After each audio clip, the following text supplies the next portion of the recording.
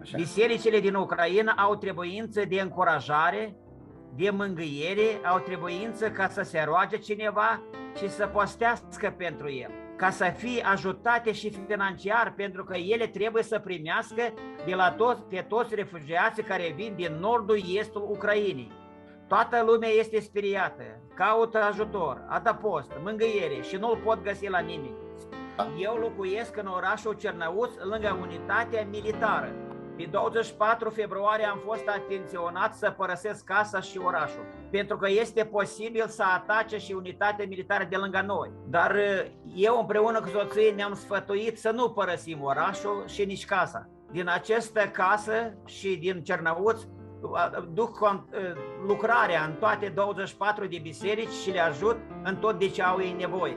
Este un pericol pentru misiunea PE Ucraina să pierdem singura noastră mașină Sprinter 210. Cu acest VN noi ajutăm lucrarea spirituală în Ucraina și avem o grijă pentru că statul a început de acum să iei mașinile mai mari de la oameni ca să le folosească pentru ducerea ostașilor și pentru ducerea muniților. Ne rugăm Domnul ca să o putem folosi și mai departe să rămâie la noi. Pe 24 februarie, fratele misionar Postușac Grigore a primit din nordul refugiați și le-a acceptat în biserica lui. Pe data de 24 februarie am avut întâlnirea misionarilor pe Ucraina, unde ne-am organizat cum să ne comportăm și cum să ne ajutăm, cum să lucrăm în această stare de război.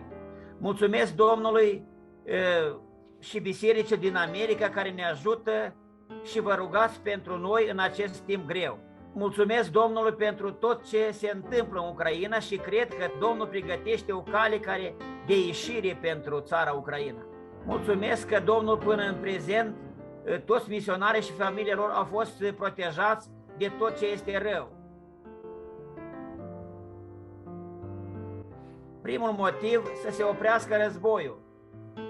A doilea motiv, noi misionari să fim gata la orice, chiar dacă ar trebui să suferim sau să trecem la Domnul, să facem lucrul acesta cu bucurie și încredere în Dumnezeu. Rugați-vă că în urma acestui război să se înfăptuiască o trezire mare spirituală în Ucraina și în toată lumea. 4. Este nevoie urgent de unitatea bisericilor din Ucraina și bisericile din SUA, ca să putem reține pept acelui rău. 5. Rugați-vă ca să nu pierdem venul misiunii pe Ucraina.